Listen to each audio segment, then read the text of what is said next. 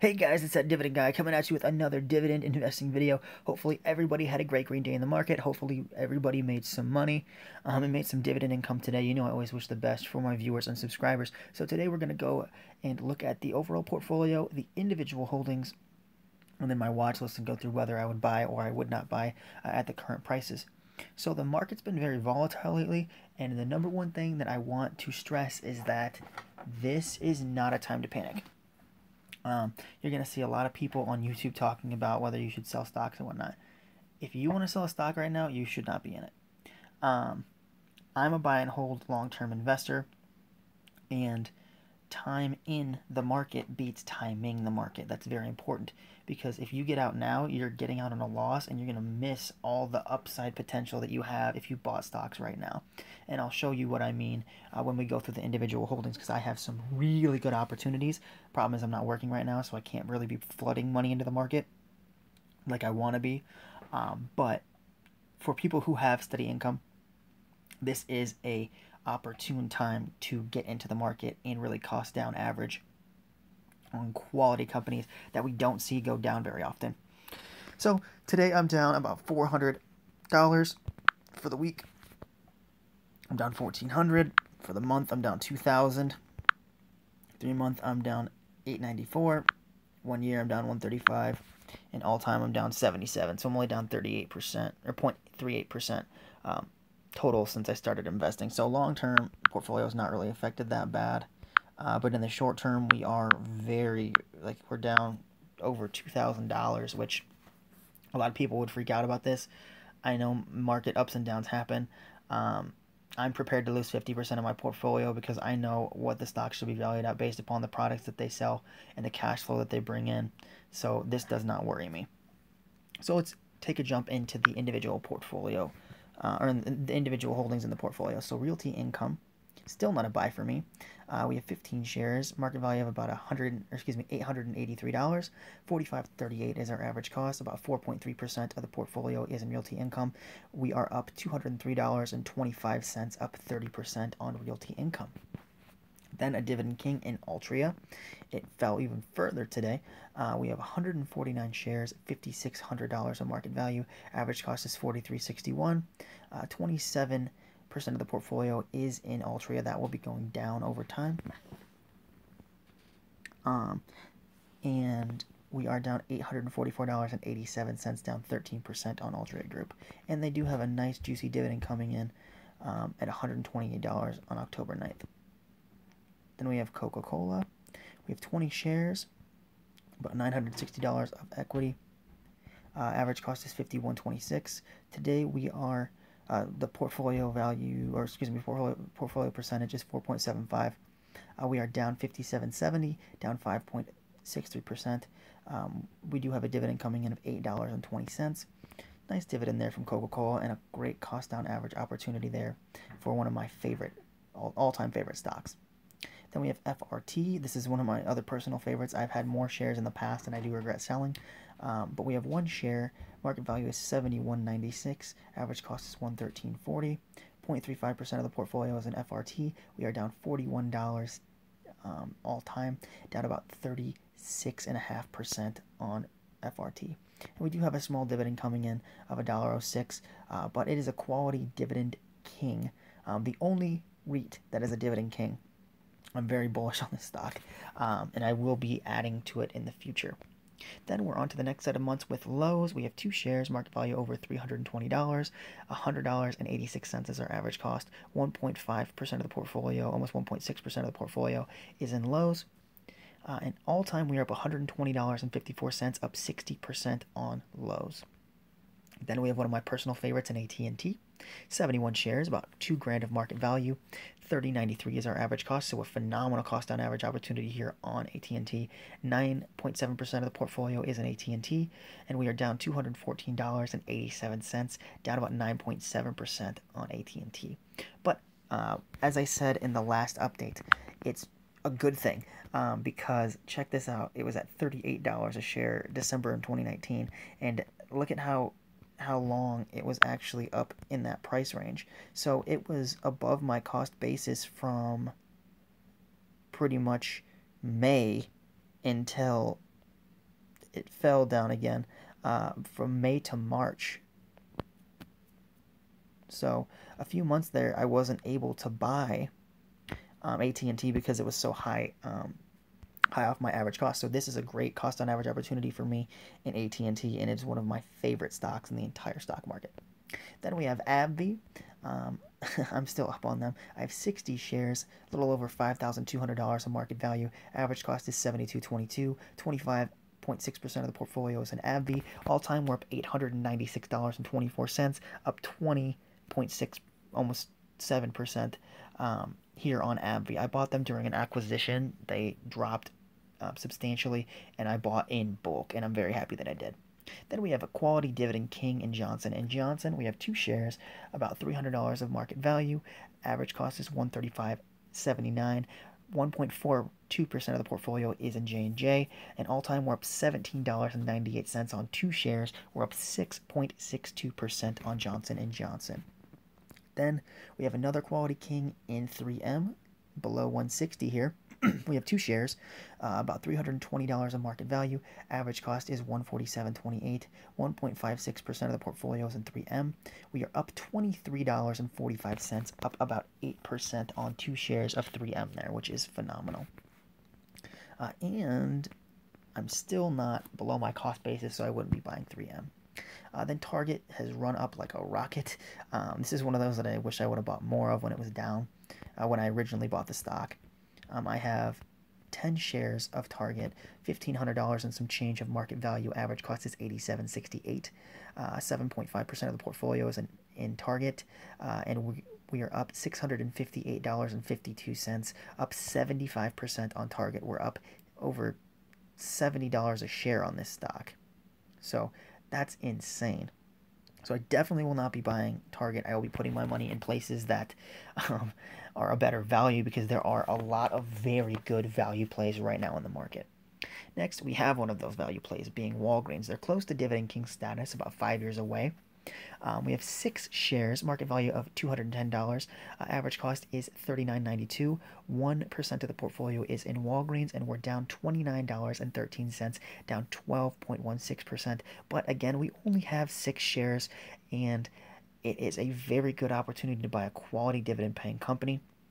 If I had extra cash, I would be putting some of it into Walgreens. Another quality company that's getting slammed. They had an oil issue. The price of oil, they had an oil issue overseas. They were having a bidding war, and the price of oil went negative. And then the pandemic hit. So oil's been very hit, but that's the single reason I wanted to buy an oil stock. Didn't matter if it was BP, Exxon, Shell. I looked into a lot of them, and to me, the dividend growth was better in ExxonMobil and more stable in ExxonMobil. But the singular reason why I bought ExxonMobil was because I knew it was going to be volatile. So when I see it's down to $34 a share, yes, I've had a little bit of nervousness around whether or not they were going to cut the dividend, but they are a quality dividend-paying company. They've increased the dividend for 36 or 37 years, and management has made sure to state that they are withholding the dividend. So they're upholding the dividend, as in they're keeping it, even though the price of the stock has plummeted due to outlying circumstances. They're still keeping the dividend, which is important. It was the most important thing to me. So the only way that I would sell ExxonMobil is if they cut the dividend by 50%, because if they cut it by 50%, then they're about even with what Walgreens would pay for around the same price. So that's the only way I would cut it. But I have 84 shares, almost $3K in market value. Average cost is $53.20. 14.2% of the portfolio is in ExxonMobil. That is really high. That will be going down. But again, I love the volatility. We're down $1,500, down 35% on ExxonMobil. And I know that's kind of hard to stomach for some people. A lot of people will be freaking out about that. Huge loss. I'm not worried about it at all. I think we are years away from green energy taking over completely. I think oil has a long time to still be the dominant player, and ExxonMobil's actually expanding into researching green energy, so in unique ways. So I'm very comfortable holding this stock as long as they cut the dividend by less than 50%. If a dividend cut happens with Exxon, I'm still holding it. Then we have one of my personal favorite stocks, Aflac. We only have one share, but I love insurance, and I was debating between them or Travelers, and Aflac won simply because it's a dividend aristocrat, and the payout ratio is phenomenal. It's below 35%. Um, so we have one share, market value is 35.87, average cost is 35.75. So I'm up a teeny bit on Aflac.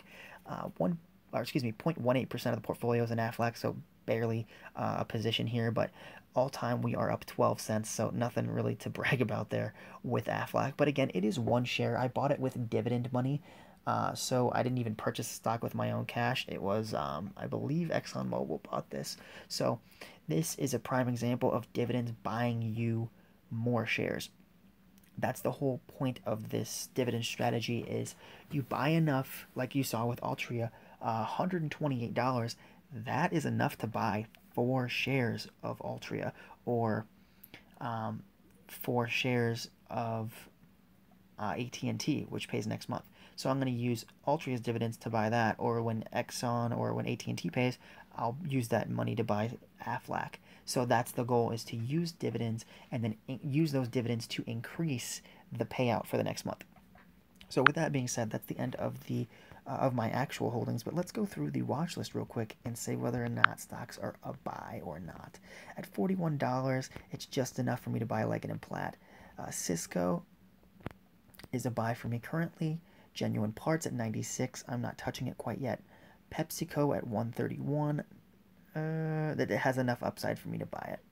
And I really do like Pepsi. So the deal with Pepsi is I'm a Coca-Cola drinker. I like Coke. I like the taste better than Pepsi. But that's why I invested in Coke first. Coke was the first stock I ever bought.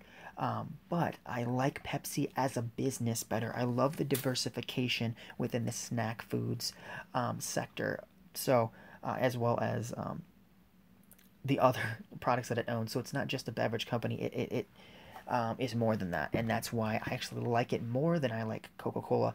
The reason that I waited, though, is because I can buy 3 Coca-Cola for 1 PepsiCo, and that dividend equals out to $1.23 for Coca-Cola, and it's like $1.04 or something like that for Pepsi. So I come out 20 cents. I come out 20 cents more a month with Coca-Cola. Now, I still love Pepsi, and it will be one of the big staples in the portfolio. I love the company. Like I said, I love the Frito-Lay and the Quaker acquisitions, and I think it really does give it an edge over Coca-Cola as a business, but I'm dividend-wise, Coca-Cola is a bit more efficient for me, but I will be owning PepsiCo. There's no reason not to own these two juggernauts. They're both quality dividend-paying companies. Coca-Cola, the other reason that I bought Coca-Cola first is because it is a dividend king, and Pepsi has about 2 years. I believe they're at 48 years currently, 2 or 3 years before they are king status, but I would happily own either one. Then we have Kimberly-Clark at 146, a buy here for me. Colgate, a dividend king, a quality company. I use their products every single day. Those are the type of companies that you want to own. I use Kimberly-Clark's products every single day too. But Colgate at 76, buying it here. Starbucks, I don't personally drink coffee, but I know a lot of people do. So Starbucks at 83, I definitely would be buying it here. Then Procter & Gamble, everybody pretty much uses their products every single day. At 137, though, it doesn't have enough upside for me to buy it currently. Essex Property Trust, this is one of the mainstays for the portfolio. It is apartment complexes. They're very diversified across states and sectors even, but apartments I think is a very good investment. It's real estate. So the core holdings for real estate in my portfolio are going to be Realty Income. That's my favorite one out of all the stocks that are real estate investment trusts in my portfolio. Then FRT.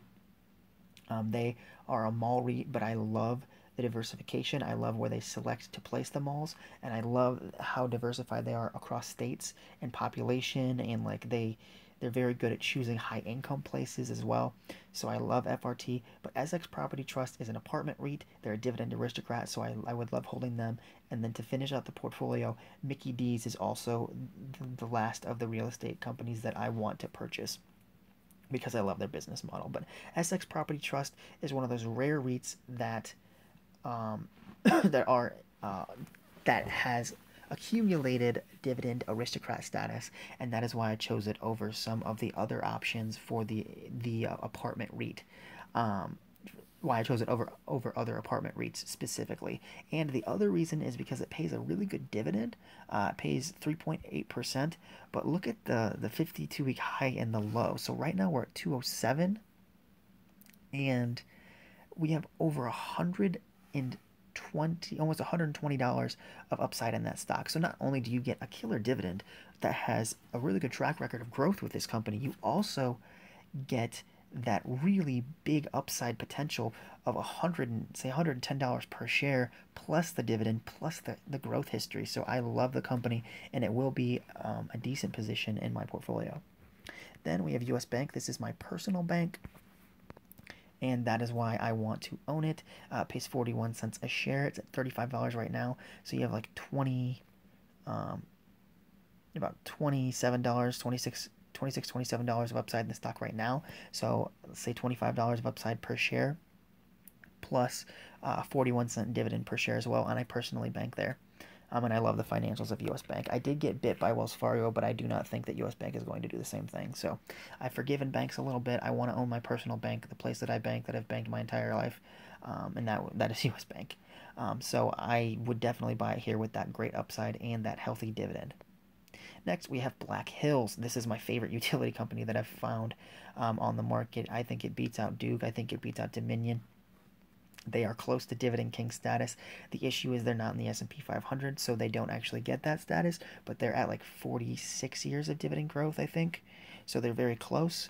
And look at this upside potential with the stock. So not only do you get that great dividend growth history and consistency, but it's at $53 a share, so you have $30 a share for this great utility. So it's a phenomenal buy, and it's not only diversified in its offerings through electric utilities and gas utilities. It does power generation, it does mining, but it also transmits and distributes electricity to South Dakota, Wyoming, Colorado, Montana, and then the gas conducts natural gas to Arkansas, Colorado, Iowa, Kansas, Nebraska, and Wyoming. So you don't not only get diversification with what it offers, as in it distributes gas and electricity, you get distribution through 9 different states. It serves 9 different states, as well as does 2 majorly important utilities as well. So you get diversification in the business, and you get diversification across states as well.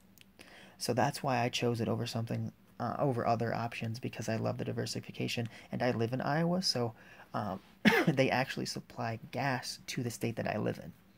So the next option, or the next stock in the portfolio, is McDonald's, and this is one of my favorite companies. I love the franchise model, and I love the cash flow that they have. Plus, they're very close to Dividend King status. I believe they're at 41 years, 41 or 43 years of dividend growth as well. But at $2.16, only $10 of upside. I don't have enough upside in the stock to buy it currently, but this is one of those that I might make an exception and just initiate like a 1 to 4 share purchase, and then pour money into it when it's below that. But I have no issue buying McDonald's. Next, we're into the growth portion of the portfolio. At $110, I have $27 of upside in Apple. Definitely buying it there. Disney at $127. Almost $30 of upside. Definitely buying Disney. Microsoft at $207. I have 20 some dollars of upside in the stock there. Buying it. $254. I have $50 of upside in the stock there for Facebook. So I'm definitely buying it there. And then Costco, my favorite retailer / grocer, $347. I have about $20 of upside in the stock there, so I would be buying it. Out of all of the stocks that I have in my portfolio, if I had to pick ones that I'd be focused on currently, there would be Coca-Cola and FRT. And for the next set of months, it would be definitely AT&T as a focus, and then Walgreens is, Aflac is the next one for the current holdings in the portfolio. But if I had to pick one specifically from the months on the watch list, I'm picking PepsiCo, I'm picking SX Property Group, Property Trust, and I'm picking Black Hills. So those are the 3 that I'd pick if I had to choose stocks to pour $1,000 into right now on my watch list. And for the growth companies right now, all of them seem to have great upside, but I'm a huge Disney fan, so I want to start with that first. But there you go, guys. That rounds up the portfolio update for today. Hopefully, you guys, like I said, had a great green day in the market. I hope everybody made some money. I know it's been volatile times. I know it's kind of gut-wrenching to some people, especially newer investors. But this is why we buy quality. And here's the thing, guys. Right now, you're getting quality companies at a major discount. So now would be the time to buy. If you listen to Warren Buffett, you buy when there's blood in the streets. And that's what this scenario is. So keep your head up, guys. I really want to instill positivity in the community and really motivate you to look at this not as a loss, but as an opportunity. It's very important as an investor to keep your mindset positive and realize an opportunity when there is one in the market. So if I had the cash right now, I would be pouring it into the stocks that I mentioned. But that being said, guys, I will see you guys in the next dividend investing video. Remember to hit the subscribe button on my YouTube channel, That Dividend Guy. And when you do, hit the bell notification so you don't miss any updates. I do portfolio updates Monday through Friday. I do dividend stock updates. I do Warren Buffett portfolio updates. I do Tesla videos. I do stock market news. I do a lot of content, and I'm proud that I do. So if you are looking for consistency on YouTube, this is definitely a channel that you should be subscribed to. Thank you guys so much for watching, and I'll see you tomorrow with another Robinhood portfolio update. Take care, guys.